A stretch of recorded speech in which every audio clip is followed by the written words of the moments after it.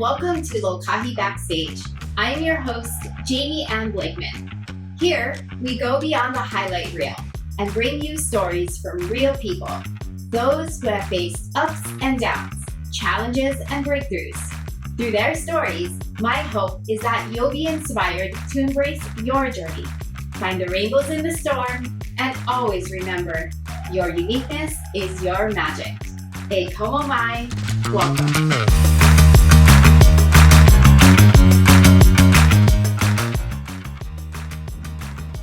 Today, we're sitting down with someone whose journey is all about grit, heart, and commitment to growth, both personally and professionally. Cathy Teeter is the Managing Director of CBRE. Her career spans decades of leadership in commercial real estate, including key roles at Cushman & Wakefield and CBRE, shaping teams and driving strategy across the Southwest. But beyond the impressive resume, what makes Cathy's story so compelling is the journey behind the success, from becoming a mom in high school to building a career from the ground up. Cathy's path has been anything but typical. In this episode, she opens up about the moments that shaped her, the mentors who pushed her, and the values that continue to guide her. We talk about empathy, resilience, family, and what it really takes to lead with both strength and softness. If you've ever wondered how to stay true to yourself while rising in your career, this one's for you. Let's dive in. I am so excited today to welcome Cathy Teeter to this show, Lōkahi Backstage, and I'm so honored that you're here. Certainly someone I admire from your professional standpoint, but also I just love your heart behind everything that you do, and I see that wherever you go, there's certainly a presence of amazingness, but also I love your presence of softness. There's something about you that's really, really cool and attractive, that is a woman in such a high position and has nailed it professionally, is also nailing grace, like that graceful walk. So I know there's so much you have to share today, so thank you so much for being part of this. Well, thank you so much for having me. I'm honored. Okay, so we're going to start out. Your story starts with something most people wouldn't expect. It's a real-world wake-up call in high school. Can you take me back to that moment and how it shaped who you are today, both personally and professionally? Well, yes, my awesome daughter was born when I was just starting my junior year in high school. That's so crazy. I would never guess. Yes, so I remember my English teacher cried when she found out that I was pregnant. She's like, "Oh my gosh, you have so much potential, and now your life is over." Yeah. So it was 24/7 adulting in high school, trading in my cheerleading squad for late night feedings, and when all my friends were. Were you scared? Oh, I was. Yes, I mean, I was actually too stupid to be scared, but it was just kind of that shock of your life of what you imagined is changed. Thrown. Yeah, completely. Yeah. And, your friends are all, trying to figure out their what dorm room they want to be in. And you're, coming to grips with the fact that you're going to be commuting to school. You're not going to go live in a dorm. You're going to be working and going to school and, trying to figure out daycare and all of those things and just getting through high school. Yeah. So life came at you fast. Yeah, it came at very fast. But you didn't just let that be kind of an excuse, right? To kind of just step back and say, some folks who step into this part of their life or that happens in their life, they say, okay, this is my ticket and I know how this goes. I know how this story goes. But you obviously took that, and like I said, no one would have guessed that because of how amazing we see on this side, and it looks like your life trajectory very straight, in my opinion, right? Like you wouldn't think that there's those type of bumps along the way, little detours. So what take me in that moment of like, okay, so your life has changed, but what propels you to go like so hard, so forward? In my opinion, you had to have done that, right? Well, expectations were always high. in your family? In my family. We had a large family.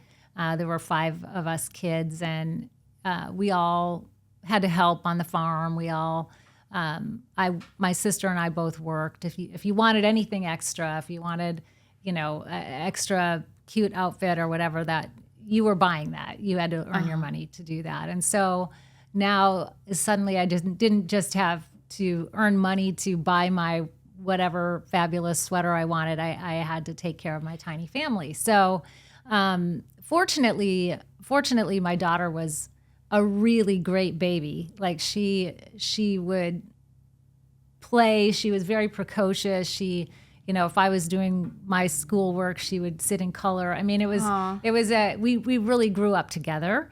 But the expectations didn't go down just because of this detour. I was still going to. From your parents' standpoint? Well, just from even my your own. Yeah, from standpoint? my own. No one in my family went to college. So college wasn't necessarily an expectation from them. But that was something that I always had in my mind, that I was going to go to college. I was going to be the first in my family to go to college. And I was, and I still finished that. So I think but the expectation was that you were going to be self-sufficient. You were going to be a contributing member of society. You couldn't, there was no question of whether you were going to take like public assistance or anything like that. You were not doing that. Yeah. That was not in the cards. So you had to fend for yourself. You had to be self-reliant. You had to take care of others, the rest of your family, and that kind of thing. So those expectations were always very high. So what does that look like in college? Like, what does that look like? So you've got a little toddler, right? In college. So what does that look like? What does your day look like? So the first year of college, I commuted to school and went to school full time. And I worked in the evenings and on the weekends. We made the decision to move to Arizona when I was 19. So after my first year of college. And by that time, I was pregnant with the second one. Wow. So I had 2 kids before I was 20. And at that point, I had to work full time and go to school at night. So it was just, and I think about my first marriage, and he was a wonderful man. He just was very happy-go-lucky kind of a person. And my driven nature, we weren't compatible that way. So we ended up getting divorced about a year and a half after we moved out here.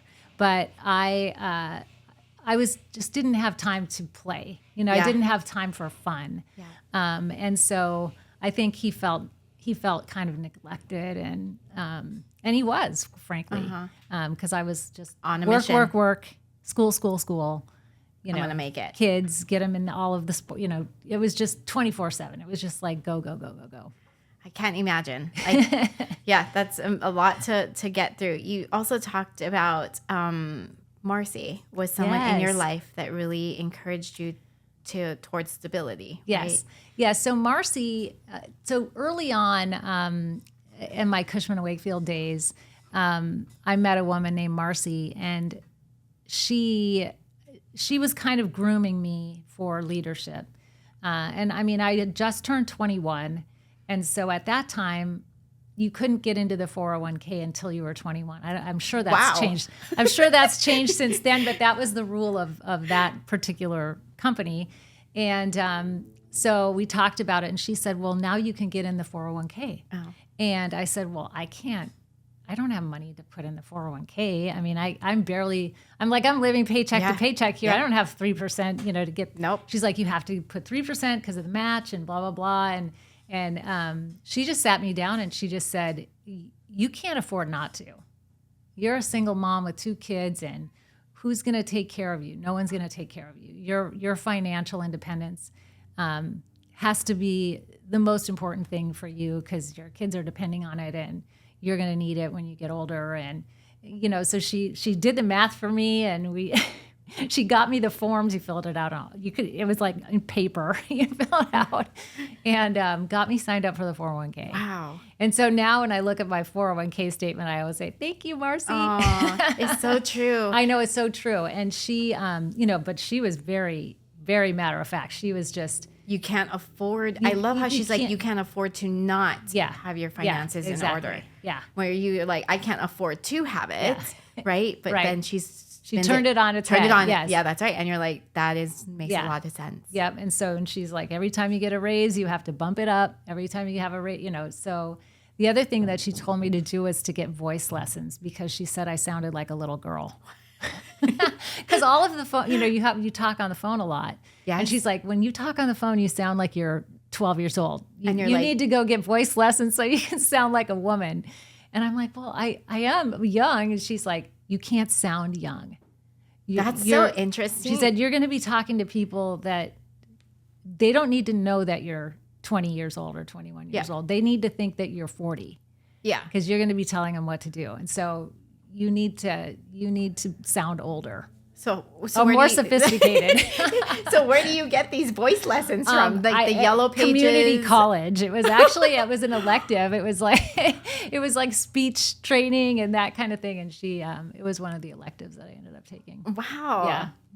I didn't She was realize harsh. that's a true, no, but that's like that. I always think like those are the times in life where I always think the wake up calls people that are put in their life. Honestly, I look back and in the moment, sometimes I really didn't like them too much. Yeah. Like they were not my favorite. I don't know that I hated them, but they were not my favorite person. Yeah. And I look back and I think to myself, like, those are the people that I'm super thankful for. Oh, for sure. Because as long as you took the moment to let them speak into your life, right? And you walk away even if you're a little bit upset by them, but you let them speak into it, those are the changing moments. And one thing I would say now, in the position that I'm in, I think that's a downside because I don't know that people, I feel like who would be the people that would tell me I'm doing something wrong? I think more. It's a really good point. Right? That kind of sucks. It's a really good point. I hate to say it, but it sucks. Because most people think like you know what you're doing, you got it figured out, or like, oh, she's my boss, or like, oh, like that. Who is going to be that person that's going to be like, Jamie, yeah, I think you're wrong on that. Like your perspective was wrong on money. Your perspective was wrong that you don't have enough. And she sat you down and she told you like, change your attitude right now and switch it. Like that's one thing that I feel like is a downside of working up. Because I'm like, I probably am doing something wrong, but maybe no one's going to ever tell me. We always say it, and I say it all the time at our office, that feedback is a gift. Yes, it is. And I just say, like, you wouldn't let your friend go through lunch with spinach in her teeth, or you wouldn't let somebody. Shouldn't. Yeah, and it's like if you know something that could help someone be better, or you know that they're doing something that will hold them back, it's your responsibility to tell them, no matter what it is. One person who did that, and I didn't like her at the time either, was Judy. I used to interrupt people all the time. And she, again, I was very young. She said, you interrupt people all the time. You finish their sentences. You have no patience for people who talk slowly or process things slowly. And she's like, it's going to hold you back. Wow. Don't interrupt people. Let them finish their thought, and you will be a better person in the profession. So I thank Judy often too, even though I haven't kept in touch with her, but I do thank Judy often for telling me that, because I think she was right. I caught myself doing it. I was much more self-aware.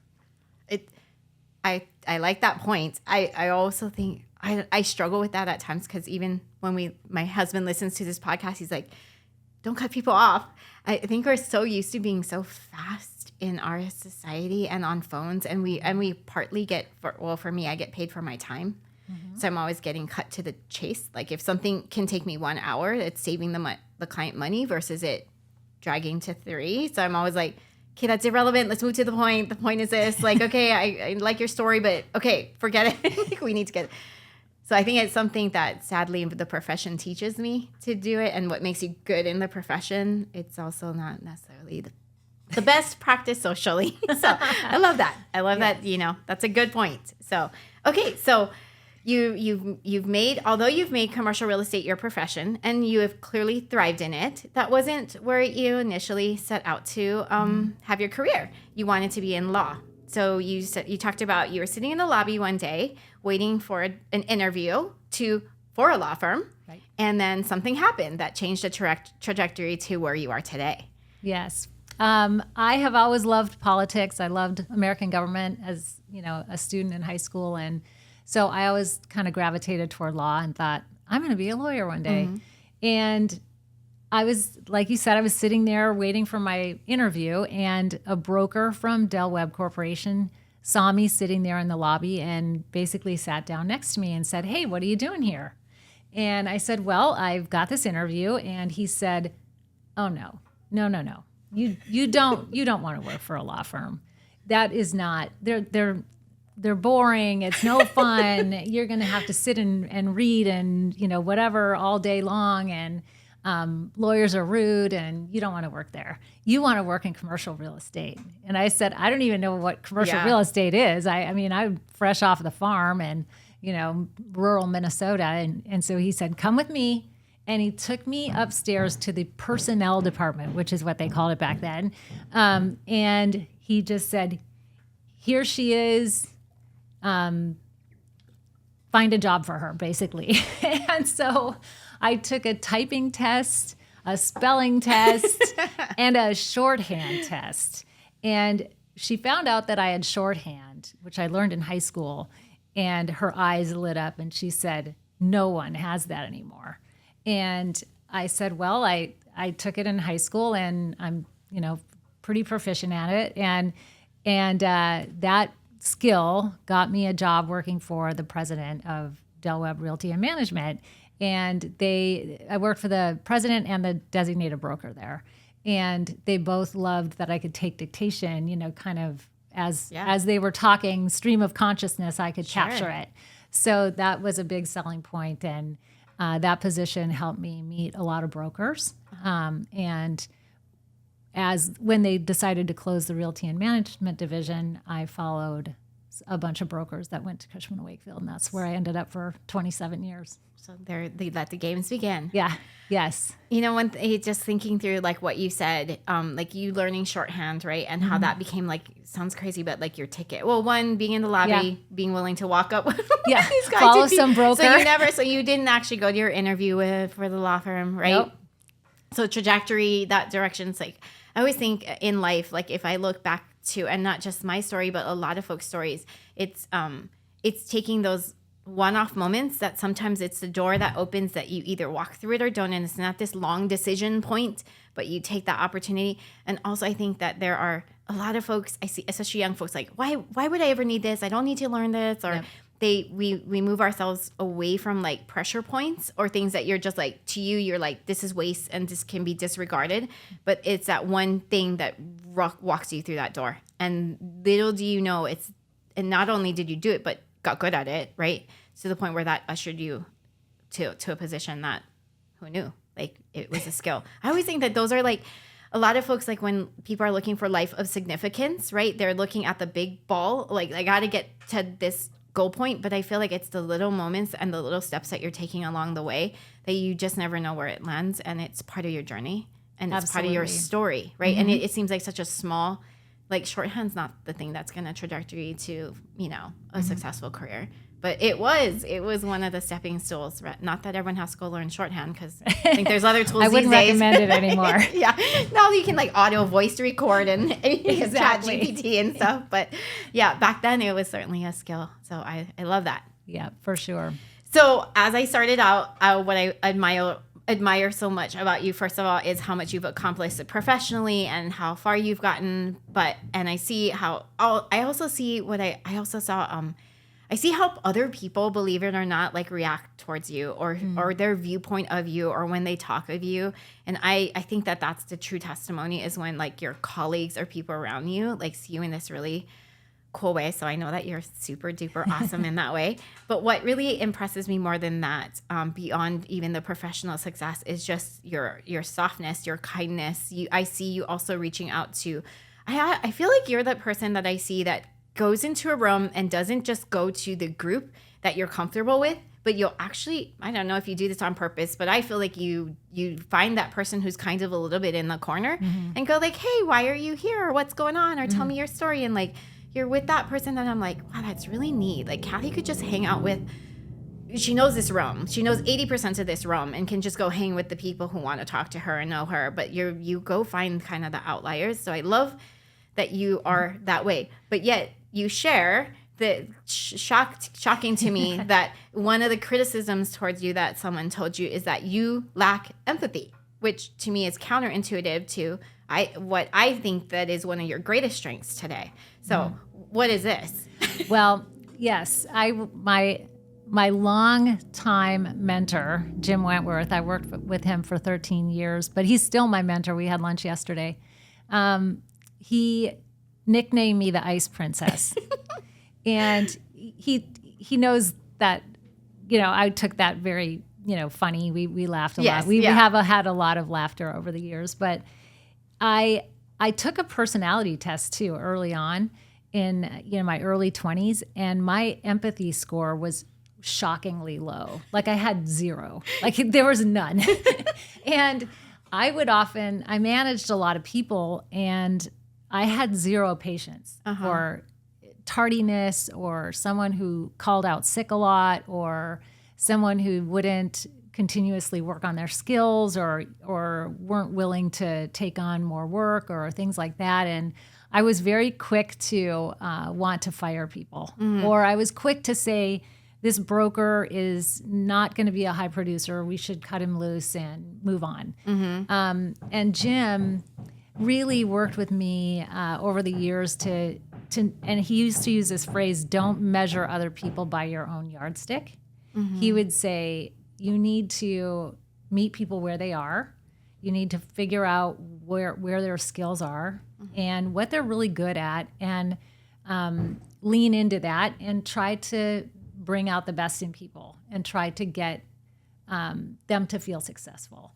And working with him all those years during time when I was having more kids, so I had 2 more kids while I worked with him, and my life got even busier, and I was running all over the place and trying to do my job, and he also was one that was very encouraging of doing family things. So if he knew that my son had a baseball game, he would come in at 4:00 and say, you need to leave right now to get to Jacob's game. That's awesome. He himself coached Little League for 9 years while his kids were young. And he said that, that was part of the best part of his life. And so he was very, very encouraging.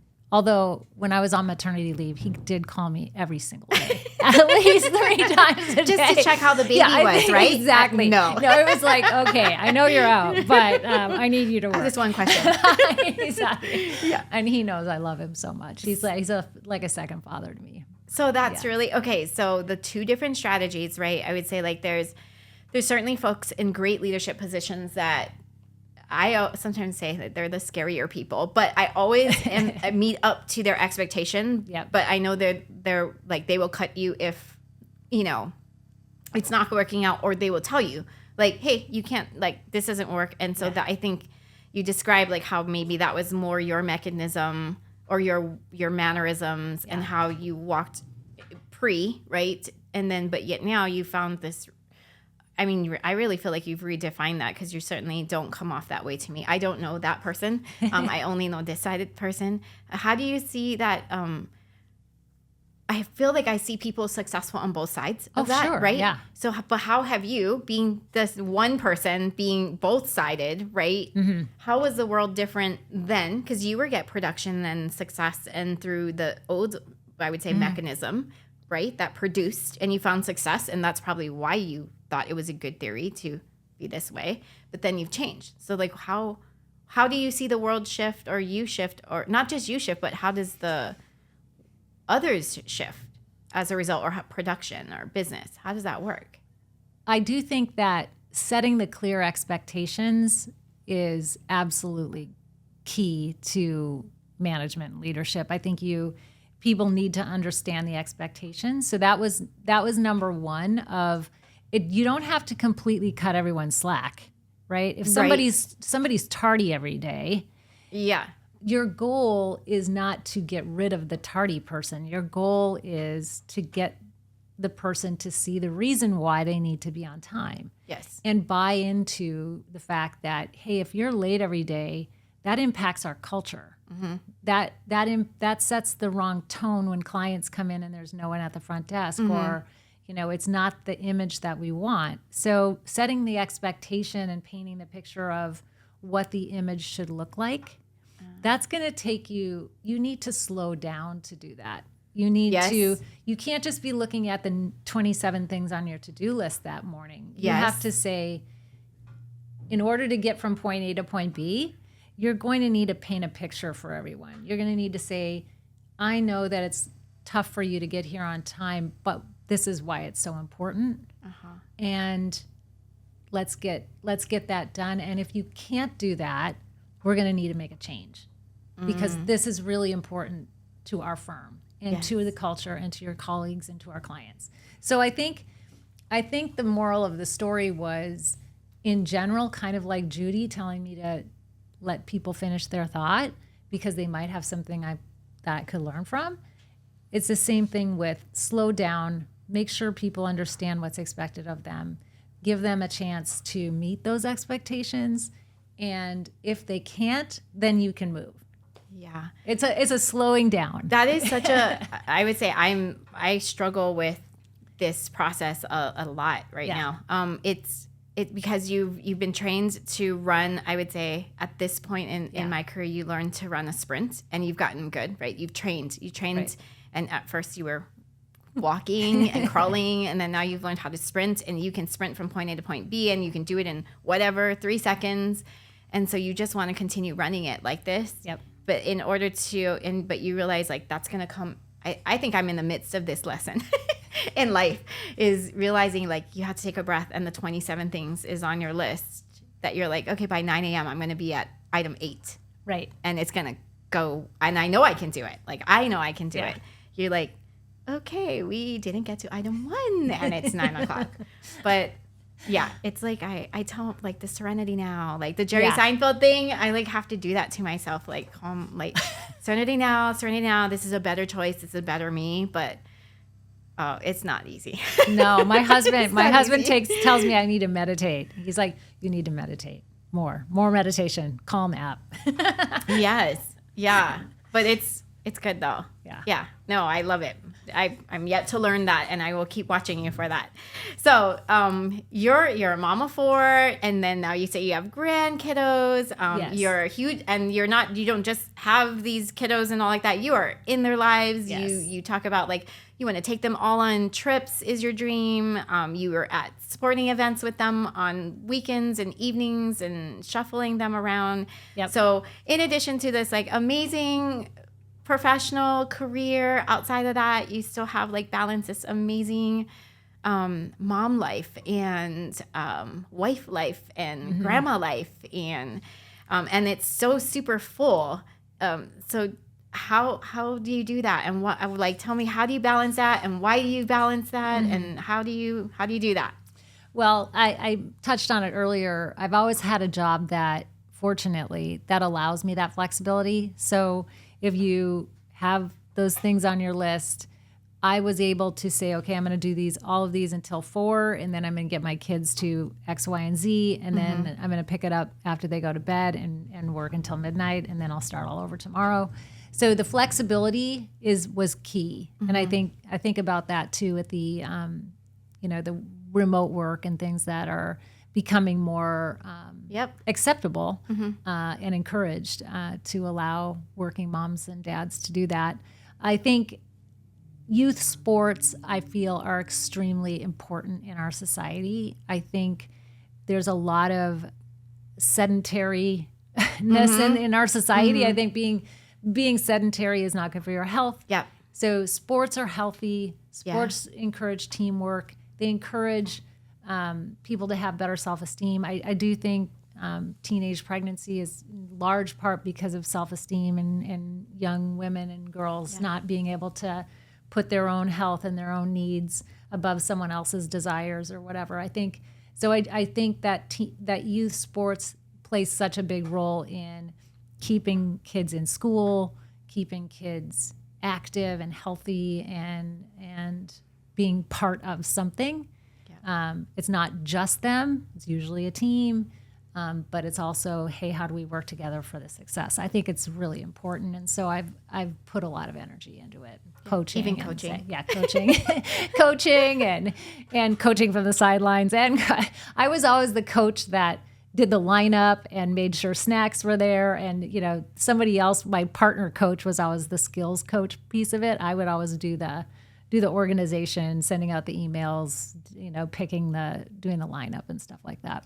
I think it's so amazing how you have carved out time for all these different things, and not just halfway do them, but you're like all in on all these different parts of your life. Fun. And what you say about sports, it's true. I mean, that's why we start Lōkahi teams, right? Is the statistics behind it. Yeah. And is the level of success of staying in school, of your self-esteem, having even teammates, like the social realm. I also think the social realm is lost out these days because we don't need one another. Like, we have it all in our phone, but we need one another. We really do. Sure. And I think we don't realize how much we do need, like, the social interaction, checking on each other. For sure. Yeah. So I couldn't agree with you more. I love that you're still running around at, like, in fact, I'm going from here to Charlie's game, and we can't make you late then for sure, because totally that's super important.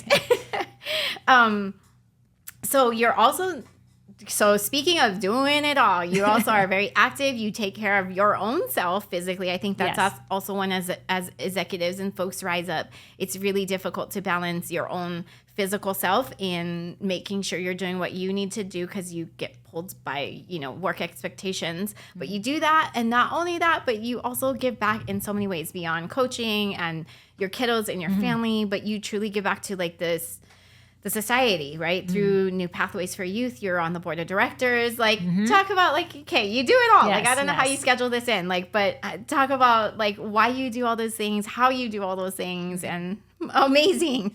Well, I think, I'm a 5:30 a.m. workout person, so that's easy to get it in when you get up at 5 and go get that done. So I'm a firm believer in morning workouts, and I try to do that almost every day. But the New Pathways for Youth, I was introduced through a colleague at CBRE, and he brought me to the breakfast. And I was so moved by the stories of transformation of these youth that have adverse childhood experiences. They're living in poverty, or their parents are incarcerated, or they've had lots of trauma in their lives already at such young ages. And it's mentoring them to show them that there are other ways to live. It's for the first time they can see that someone cares about them enough to spend time and make sure that they know their options. They know that they can go to college if they want to. They know that they can get into a trade school if they want to, but first they have to finish high school. First they have to take care of themselves and make sure that they're making good decisions, and kind of showing them, if you make this decision, this can happen. Back to the youth sports and making sure that they're staying engaged in school, making sure that they're putting their health and their needs ahead of someone else's peer pressure or what have you to do other things, making those right decisions, making sure they understand the options that are out there for them and what their life could look like if they made those different choices. Sure. They don't have to, even though their uncle and their father and their, whatever have all been in prison, they don't have to end up in prison. They can live a different life. Well, just listening to your story today, you're such an example of, although you may not have those circumstances, you certainly have had people that have been in your life that trajectoried in a different way because of what they said, from the financial security to your demeanor and how you approach things, or your ability to go your first one in college of your family, right? And I think sometimes I always think the example, if people can see the examples, that's what we follow, and that's what we can see. And if you see it in a person, that is helpful, because you don't know the next step until you can see it through the eyes of another person. Right. And sometimes it takes that other person to say, you may not believe in yourself, but I believe in you. Yeah.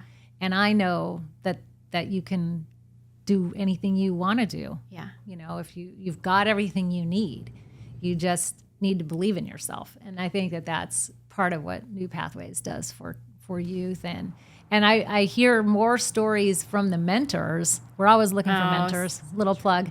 But the mentors actually grow so much from that experience as well. Like some of the mentor stories are even more touching and more moving than even the youth stories. But they all are there for one another, which is pretty cool. Yeah, Very cool. It sounds really awesome. I love it. Yeah, we'll have to share more about what you do there, and I'd love to plug that as part of this podcast. So now, just if you could look back at your life and your younger self, is there any piece of advice that you would give for your high school version of yourself? Now looking today, you've made a lot of right moves, though. I think I always say this one. I think it's I would take more risks and believe in myself. I think there's a lot of things that I still fear. Your fears are real, even if they're irrational, right? I still wake up in the middle of the night thinking, oh my God, I'm going to lose my job and I'm going to be homeless, or I'm not going to be able to, my car is going to break down and I'm not going to be able to fix it. Or, there's those daunting things that you just, I growing up with no money, I still feel like I'm never going to I'm going to be homeless and poor and not going to be able to do anything fun. And I think if I were to tell myself, I would probably just say, calm down and trust yourself, and just realize that you're going to be fine. And that's hard. Yeah. That's hard for me to even believe today. I'm just like, I'm always in a panic, but it's like, no, it's going to be fine. I love that. Yes. True. It's so true. My husband used to always say, I hated this, and he knows this. He would always say, especially when we were younger, he would say, it's all going to work out. And I'm like, yeah, like we're going to die. Like, or, like how does that work out? Like, maybe I'm in the homeless shelter. Like, that doesn't work out. Like, so, it's like, yes, it's something. But as time has gone on, I'm like, you know what? He's right. Right. But it doesn't mean you also have to take some stuff in your control. You have to put one foot in front of the other. But yes, it's very true. So, okay. So I feel like the whole point of this podcast really is I've heard so much from folks that they're looking to achieve this level of success, or folks have asked me, how do I do what I do?